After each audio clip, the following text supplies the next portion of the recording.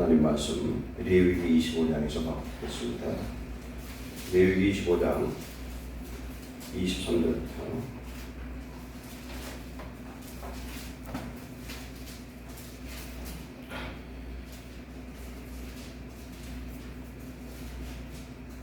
23절부터 28절까지 받겠습니다.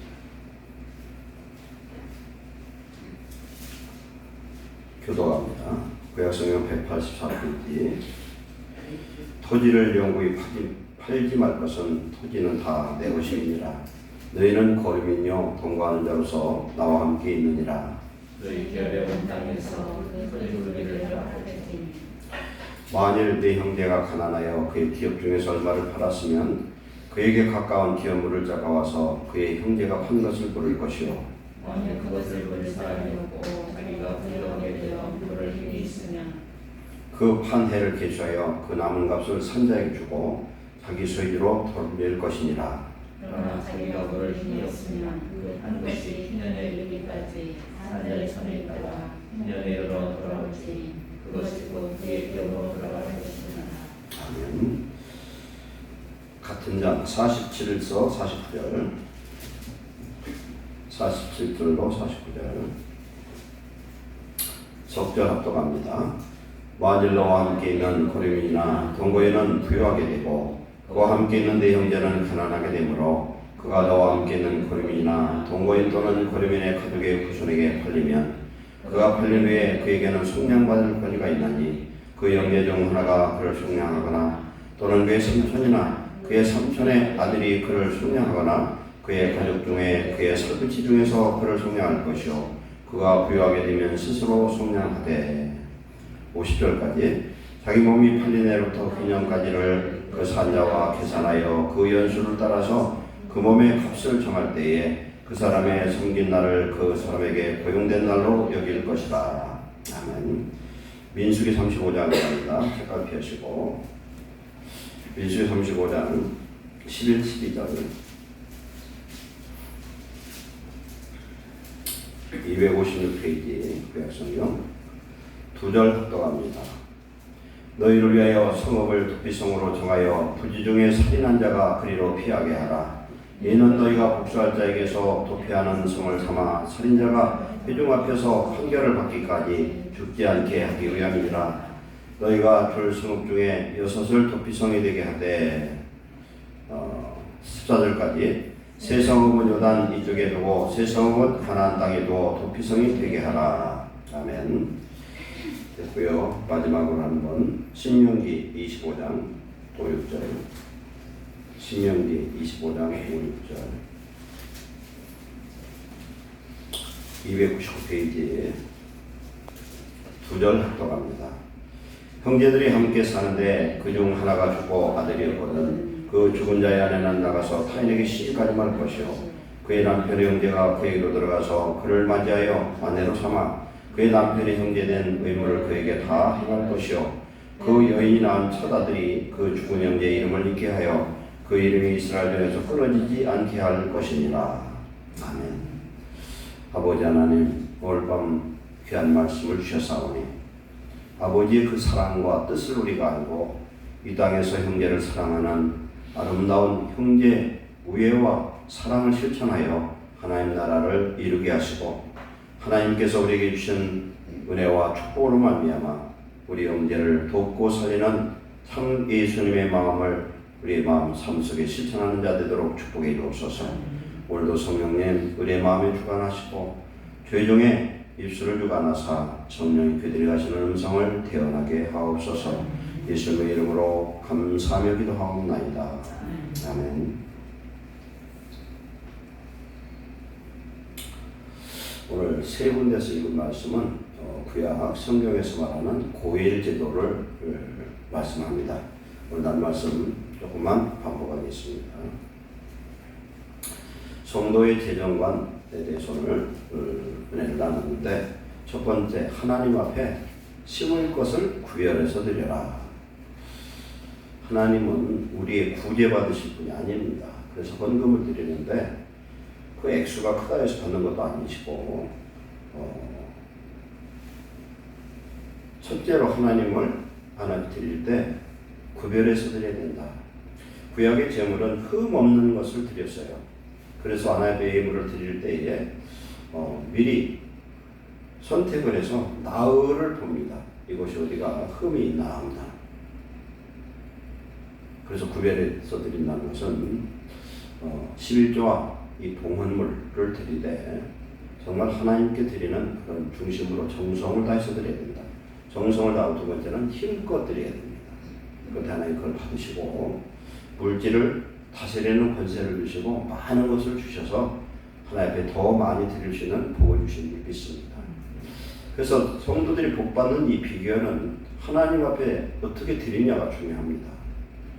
그래서 평생 11조 한 번도 못 드리고 평생 감사 한 번도 못 드리고 예수님 믿어서요 죽을 때까지 10만 원 헌금을 못 드리고 죽는 사람도 들어있어요.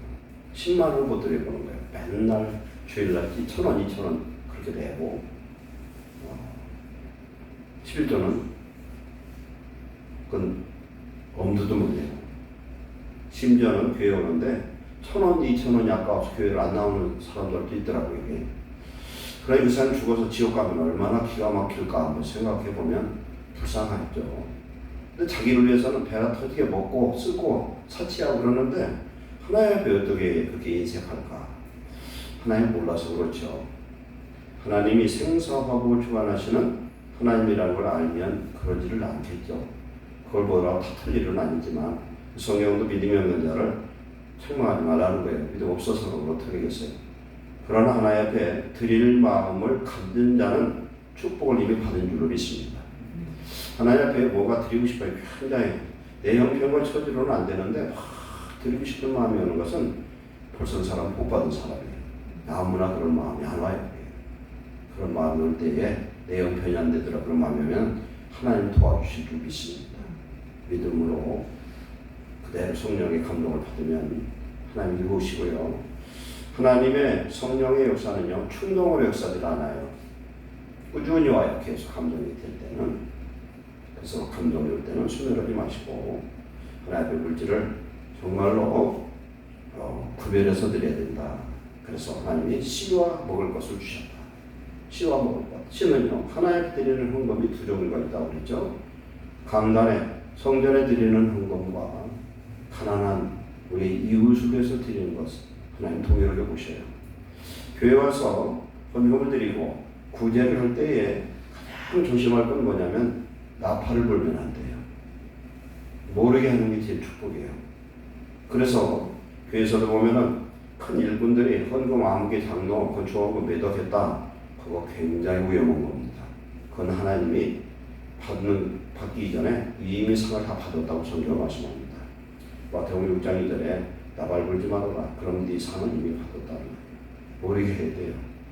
그리고 내가 헌금을 했는데 무엇이었다 하는 거 굉장히 위험한 일이다. 안 드리면 못 올 수 있어요. 일단 하나님께 드렸으면 그 다음에는 관여하지 마세요. 믿음으로 드리면 그것을 잘못 사용하는 자에게 하나님 책망할지언정 드린 자는 복 주실 줄 믿습니다. 때로는 목사가 잘못될 수도 있어요. 어떤 교회는 목사님들이 굉장히 욕심이 많아서 참 아닌 것처럼 그럴 수도 있어요. 우리가 하나님 앞에 올리면 성도는 그것을 족하죠. 그 이유는 하나님이 하실 것이에요. 구별해드리고 절대 자랑해서도 안 되고 그 다음에 구제할 때도요 자랑해서는 안 됩니다. 오른손이 하는 걸 왼손이 모르게 해라. 베드로전 4장 11절에 보면 만일 누가 말하려면 하나님의 말씀으로 이야기하라는 거예요.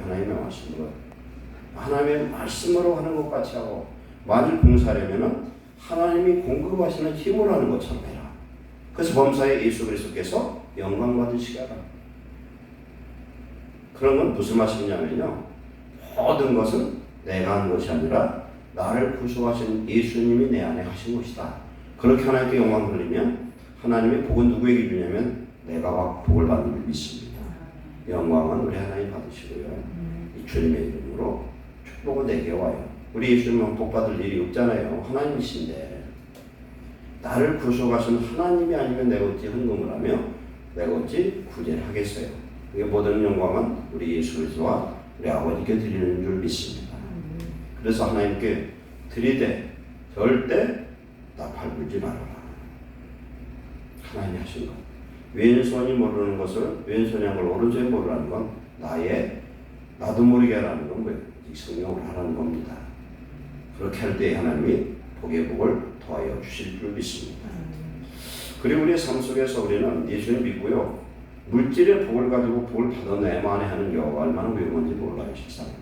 그래서 우리나라 현 시대가 기복적인 신앙을 하고 있어요. 만물이즘이 교회에 팽배한 것은 물질 받는 교회고, 교회에서도 물질을 헌금 많이 하면 최고로 하는데, 주의 종으로서 제가 볼 때는 제일 중요한 사람은 기도하는 사람인 줄 믿습니다. 그리고 진짜 기도하는 사람은 최선을 다해 헌금도 해요. 할 수밖에 없고 하고 싶어요. 그 은혜를 받으시길 축원합니다. 하나님 보시기 얼마가 중요한 게 아니라, 참 사람이 보는 그런 관점이 아니라, 하나님 볼 때는 적은 물질도 최선을 다한 물질도 있고 큰 물질인데 가인의 재물일 수도 있어요. 근데 하나님은 중심을 보십니다. 중심을 보십니다. 그래서 우리가 그렇게 하면 됩니다. 그래서 경건한 자는 야고보서 1장 26절에 보면은 경건한 자는 환난의 날에 고아와 과부를 돌보고 세속에서 자기 자신을 지킨다 그랬어요. 경건한 자는 물질로 만족하지 않습니다. 물질로 축복의 척도로 삼지 않고 하나님 내게 주시는 어떤 환경도 만족하는 겁니다. 그러면 옛날 말씀 있잖아요. 반딧불 형설지공이라 있잖아요. 형자가 반딧불 형자예요. 반딧불을 감사하면은 등잔불을 주시고, 등잔불을 감사하면 촛불을 주시고, 촛불을 감사하면은 전기불을 주시고, 전기불을 감사하면은 하나님 햇빛을 주시고, 햇빛을 감사한 자에게 하나님의 영광의 빛을 주실 줄 믿습니다. 감사하는 자에게 이런 역사가 나타나는 줄 믿습니다. 그래서 우리가 하나님 앞에 드리는 이런 삶을 잘 유지하려면은 많은 것을 하나님 주셔서 하는 게 아니라 없어도 내 생활의 규모를 잘 짜서 하나님 앞에 드리려면은 물질을 다스릴 수 있어야 됩니다. 물질을 다스릴 수 있어야 됩니다. 잘 통제해서. 그리고 하나님이 주시는 그 기회에 눈뜨기 위해서 항상 깨어있는 성도 되시기 바랍니다. 불평할 게 하나도 없어요. 그런 하나님 오늘 일용할 양식 주시고 건강하면 그걸로 감사합니다. 우리나라에 봤더니 오늘 그렇게 35만 명이 나왔어. 35만 명이 나와서 계산해 봤더니 5달이면 우리나라 전 국민이 감염될 숫자예요. 잠언 18장 14절에 사람의 심령은 그의 병을 능히 이기려니와 심령이 상하면 누가 일으키겠느냐. 우리 심령이 성령으로 강건하면 모든 병을 이기는데 뱀을 짚으며 무슨 독을 마실지라도 해험받지 않을 줄 믿습니다. 성령 충만하면 다 해결돼요. 성령 충만하면 무슨 병도 암병도 죽을 병도 다 해결된 줄 믿습니다. 사도 바울은 독사에게 물렸는데도 아무렇지도 않잖아요.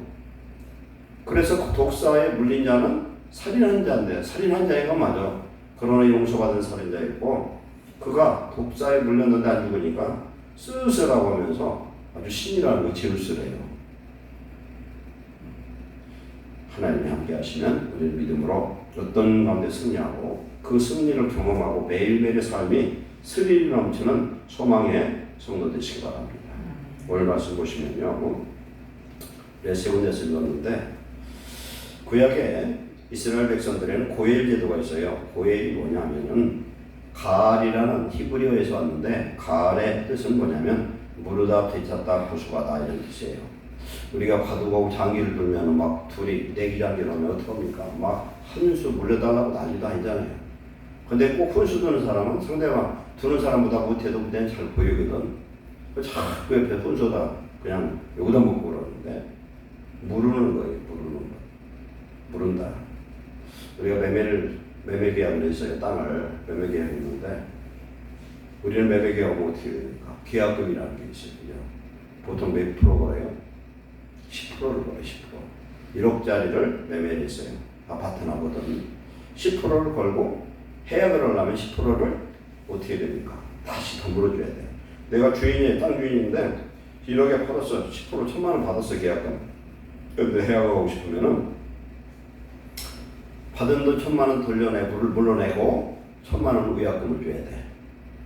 그리고 산 사람이 1,000만 원 계약금 걸었는데 그놈을 그냥 물러나면 어떻게 돼요? 1,000만 원을 띄고 말아야 돼. 손해봐야 돼. 그게 의약금이라고 해요. 의약금인 그 계약금이 되는 거예요. 근데 성경에서는 이 부르는 걸 그렇게 하지 않습니다. 그래서 가을이라는 단어에서 왔는데 가을의 동사, 이거 동사형이고 명사가 고엘이에요. 고엘의 그 뜻은 뭐냐면 고엘은 근족이라는 뜻이에요. 근족. 근족은 뭐냐? 가까울 근, 그 다음에 내 어떤 친족 이런 뜻이죠. 나 가장 가까운 친척이라는 뜻이에요. 고엘이에요. 가장 가까운 친척. 그 다음에 기업 물을 자, 계대 상속자, 복수해 줄 자 이런 뜻입니다. 그래서 이 고엘 제도는 뭘 의미하냐면은 이 고엘이 누구를 대표하냐면 예수님을 대표하는 거예요. 예수님이 십자가에 달려 죽으셨습니다.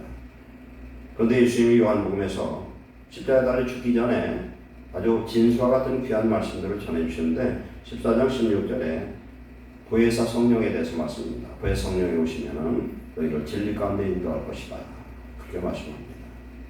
그런데 요한복음 14장 20절에 말씀을 그날에 내가 아버지 안에 그날은 언제냐? 보혜사 성령으로 우리 예수님 오실 때를 얘기합니다. 십자가에 달려서 부활하시고 마가다라 광야에서 성령이 임재한 그때의 이유를 얘기하는 겁니다. 그날에 내가 아버지 안에 너희가 내 안에 내가 너희 안에 거하리라. 즉 성령을 오셔서 우리 안에 거하신다는 거예요. 우리는 부부가 아무리 가까워도 그런 말 있잖아요. 잠자는데 등지고 자면은 지구에서 가장 먼 사람이 옆에 사람이잖아요. 한 바퀴 돌려면 지구를 한 바퀴 돌아야 옆으로 올 수 있어. 그죠? 마주보고 자면은 그래도 또 제일 가깝겠지. 마주 쳐다보면. 그러면은 그리고 요한일서 4장 13절에 그의 성령을 우리에게 주심으로 우리가 그 안에 거하고 그가 우리 안에 거하는 줄을 아느니라 했습니다. 즉 성령을 주심으로 인해서 아버지가 예수님 안에 우리가 예수님 안에 내가 예수님 안에 거하는 그런 하나가 되는 축복을 주셔요. 이게 새 언약입니다. 하나님 내 속에 와 계시겠다는 겁니다. 그러면 우리와 가장 가까운 분이 누구냐면 예수님이시다. 바로 이 고혈제도는 바로 그겁니다.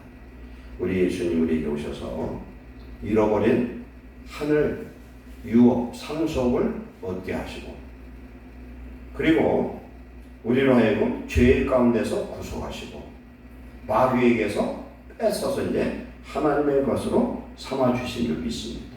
이게 고혈제도예요. 그래서 이 고혈 근족이 갖는 의무와 권리는 세 가지인데 첫째, 사람이 가난해서 땅을 팔았어요. 땅을 팔았으면 아까 이제 계약금, 위약금 그런 얘기 있잖아요. 그런데 오늘 말씀 보니까 레위기 21장 23절에 땅은 하나님 거라는 거예요. 그렇게 팔지를 말고 무엇만 있어요? 사용권만 있어, 사용권. 근데 땅을 팔더라도 시효가 몇 년이에요? 50년. 예를 들어서 휘년이 지금 10년 남았어요. 10년 남았으면 땅을 팔면은 10년 농사 지을 수 있는 걸 생각을 해서 그걸 파는 거예요. 지금 10년. 그런데 휘년이 10년 남았으면 생각할 게 있어요. 뭐예요? 10년이 아니요. 마지막 50년째는 뭐예요? 휘년이니까 농사 안 져.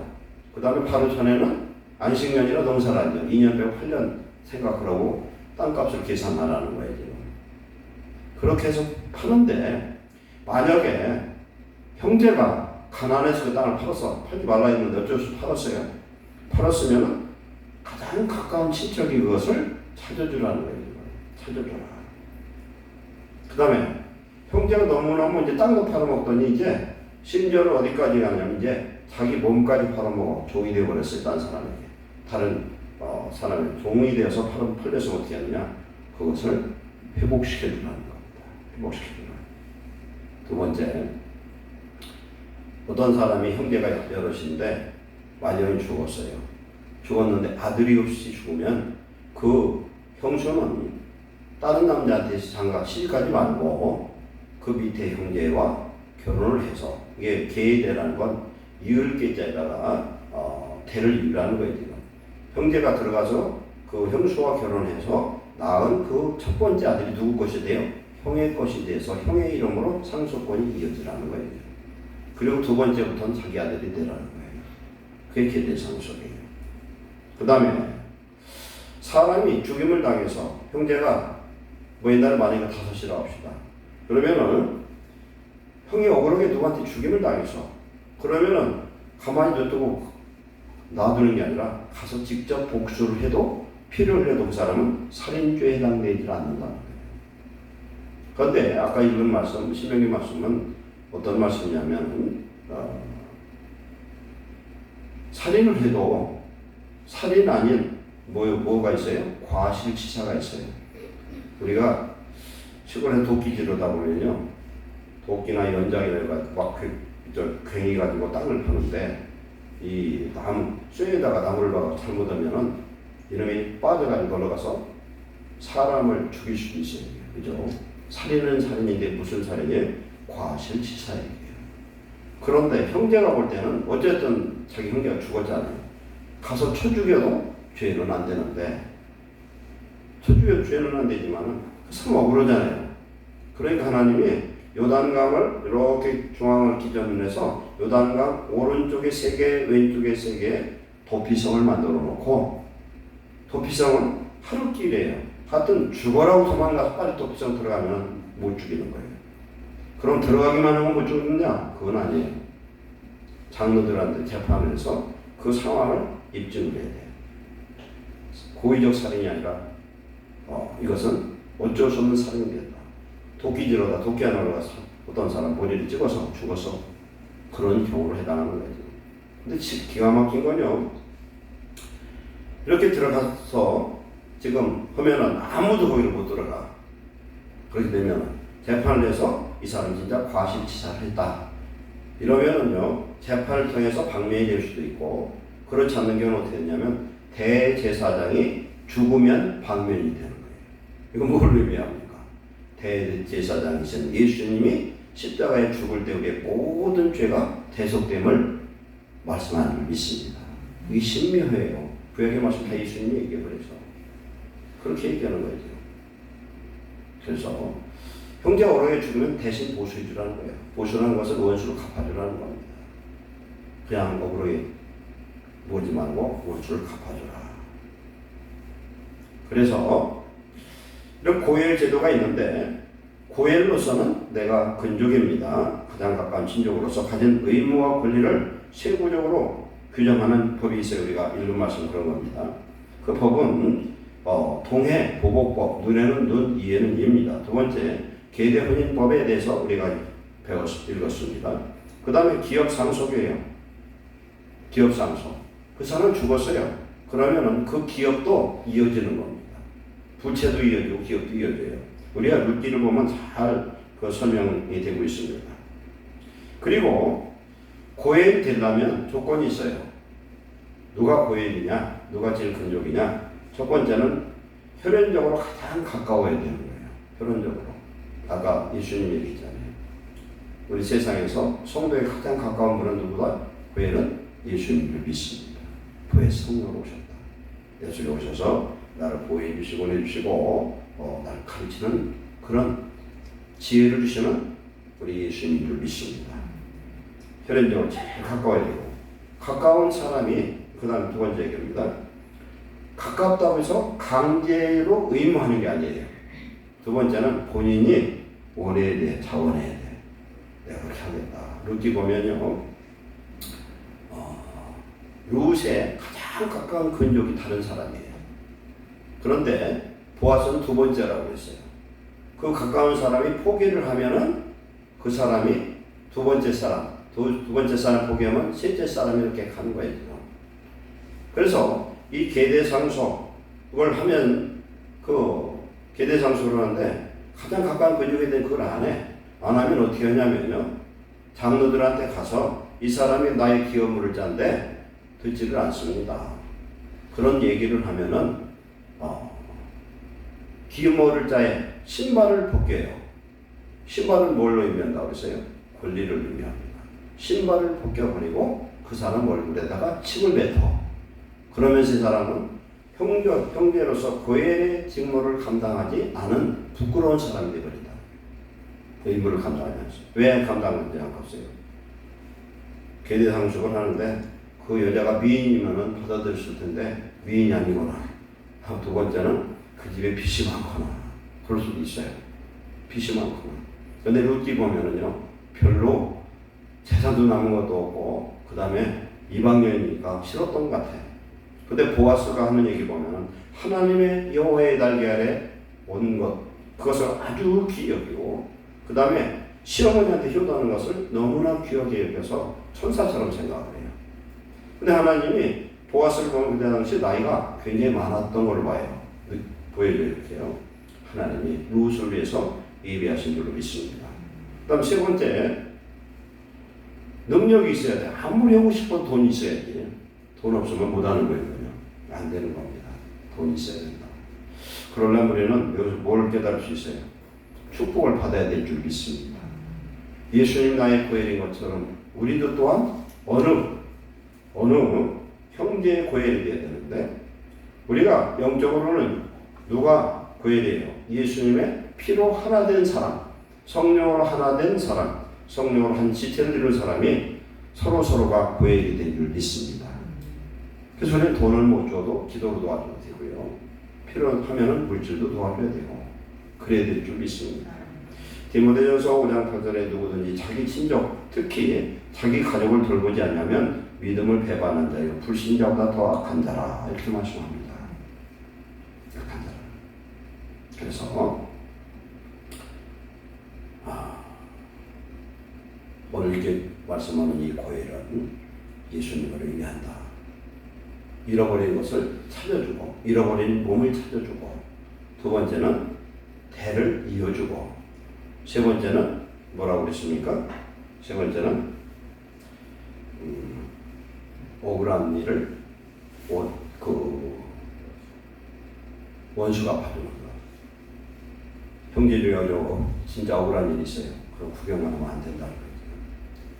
그런데 우리가 예수 그리스도를 내 마음에 영접하고 하나님의 자녀되어서 하나님의 나라와 의를 이루면 어떻게 되냐? 모든 문제를 우리 예수님이 해결해 주실 줄 믿습니다. 그렇잖아요. 내 안에 내가 주님의 제자가 되었고 하나님의 아들이 되면 아들의 영 성령을 주셔서 우리로 하여금 예수님의 이름으로 하나님을 구할 수 있습니다. 그래서 천국 열쇠를 주셨고 하늘의 그 귀한 것들이 오늘 우리들의 삶 속에 이루어지는 축복을 누리시기를 축원합니다. 믿음으로 내 안에 예수님이 오시면요 엄청난 믿음의 부요함이 넘칩니다. 그래서 우리가 은혜를 받으면 그 믿음이 우리 안에 가득 차면요 소망도 생기고 사랑도 생기고 여유도 있고 자존감도 생기고 그럽니다. 성도는 성령 충만할 때 정말 살맛이 나는 은혜가 임할 줄 믿습니다. 그래서 하나님 내게 준 모든 환경은 하나님 주신 것이 내 것이 아니라는 거예요. 이 고해는 또 왜 그렇게 해야 되느냐? 땅이 하나님 거예요. 그런데 지들끼리 내 거 네 거 하는 것뿐이야. 결국 회년되면 다 제자리 돌아가. 종도 제자리 돌아가고 땅도 다 제자리 들어가. 이 회년이 어떤 때예요? 예수님이 오신 때입니다. 마지막 때가 되면 내 것 네 것 하는 것도 없어요. 그리고 땅의 것이 아니라 하나님은 하늘의 것으로 채워주시는 줄 믿습니다. 예수님을 믿는 이 믿음이 얼마나 귀한 건지. 우리는 땅의 것은 참 가치 없는 것들이나 우리가 땅에서 내게 주어진 이 물질을 통해서 이 고엘에 하나님의 사랑을 성취해 나갈 때 하늘에서 귀한 상급으로 우리에게 복 주실 줄 믿습니다. 우리는 하나님 앞에 드리는 이 두 가지 물질을 정말 심는 씨앗으로 담아서 심고 심을 때 우리에게 먹을 양식과 더 많이 베풀시는 물건을 주시고 하나님 우리에게 더 아름답고 귀한 것을 맡겨 주실 줄로 믿습니다. 그래서 내게 주어진 이것을 해가 되도록 소유해서는 안 된다. 전도도장 식단들에 내가 해 아래서 큰 폐단되는 일을 보았나니 곧 소유주가 재물을 자기에게 해가 되도록 소유하는 것이다. 내게 주어진 이 물질을 관리를 잘못하면요 물질이 해가 되잖아요. 그리고 내가 물질을 갖고 있는데 그 물질이 너무 많은데 자기만을 위해서 쓰는 자기 욕심으로 살면 어떻게 돼요? 하나님이 주신 천기의 사명을 배신하는 겁니다. 그러면 그는 빼앗기고 이를 갈미 있을 것이다. 성경은 그렇게 말씀합니다. 사도행전 9장에 보면은 요바에 다비다라는 여제자가 있는데 죽었어요. 그런데 하나님이 성령으로 베드로에게 얘기해서 요바에 가라는 거예요. 가서 그 다비다라는 그 여자는 무슨 일을 많이 했냐면 선행과 구제한 일을 많이 했다는 거예요. 죽었어요 지금. 죽었는데 베드로가 가서 기도했더니 부활의 역사 나타납니다. 살아났어요. 그래서 시편 41편의 말씀을 보면요. 시편 41편 1절부터 3절 보면은 가난한 자를 보살피는 자에게 복이 있으며 재앙의 날에 여호와께서 그를 건지시리로다. 가난한 자를 구제하는 것은 하나님께 꽂주는 것이고 하나님을 경외하는 것이라고 했습니다. 그럼 가난한 자를 보살피면은 재앙을 당하면 하나님이 살려준다는 거예요. 건져준다. 두 번째, 여호와께서 그를 지켜주시고 그 다음에 세상에서 복을 받게 하신다. 왜 복을 많이 주셔야 그런 일을 할 거 아니겠어요. 세 번째는 어떤 일을 하느냐. 병들어 병상에 누워 있을 때마다 그의 병을 고쳐주시나이다. 병들었을 때마다 하나님 고쳐주시겠대. 왜? 하나님 볼 때는 살아야 될 사람은 살리고 데려갈 사람은 데려가는데 이런 사람은 꼭 필요한 하나님의 일꾼인 줄 믿습니다.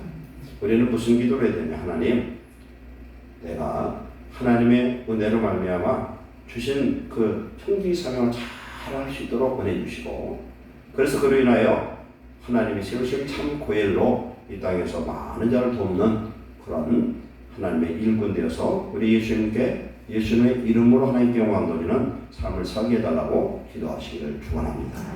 기도하겠습니다. 사랑하는 하나님, 감사합니다. 우리의 영원한 고엘 되시고 우리의 무슨 사정이라도 주님의 이름으로 구하면 다 들으시고 잃어버린 것을 찾아주시고 하나님 종으로 매여 있을 때 해방시켜서 자유케 하시고 아버지 하나님 우리의 원수를 갚아주시고 아버지 하나님 우리의 삶에 대가 끊기지 않도록 하나님 우리에게 하늘의 상속권을 허락하신 줄 믿습니다. 하나님 우리에게 능력의 축복 주시옵소서. 자신을 다스리고 세상을 다스리고 물질을 다스릴 수 있도록 도와주셔서 어떤 환경 속에서도 감사하며 믿음으로 승리하게 하시고 주님 바라보고 기도하는 자마다 하늘을 열어주시옵소서. 천국 열쇠를 이미 주셨사오니 예수의 이름으로 합심하여서 기도하게 하시고 아름다운 사랑의 우리의 혈족과 믿음 안에 형제는 예루살렘 교회 안에서 하나 되게 하여 주옵소서. 특별히 기도합니다. 하나님, 건강이 온전치 않아 예배를 드리지 못하는 사랑하는 자녀들이 있습니다. 이 시간 예수님의 이름으로 구하오니 건강에 축복 주시옵소서. 코로나의 감기가 치료될지어다. 성령의 능력으로 함께하사 하나님 뱀을 집으며 무슨 독을 마실지라 뱀받지 않는 축복을 예루살렘 성도들 예수님의 이름을 부른 자들에게 허락하여 주시옵소서. 깨끗게 치료하여 주옵소서. 주님 십자가를 바라보고 기도하는 자마다 우리의 고일 되시는 예수님께서 치료해 주옵소서.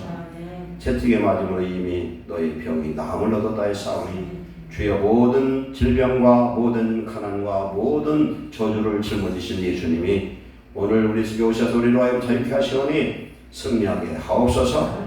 코로나에 저주받은 질병이 예루살렘 교회를 성도를 괴롭히지 못하도록 주여 지켜 주시옵소서. 성령의 능력으로 강건케 하여 주시옵소서. 예수님의 이름을 축복하고 기도하옵나이다. 아멘. 1870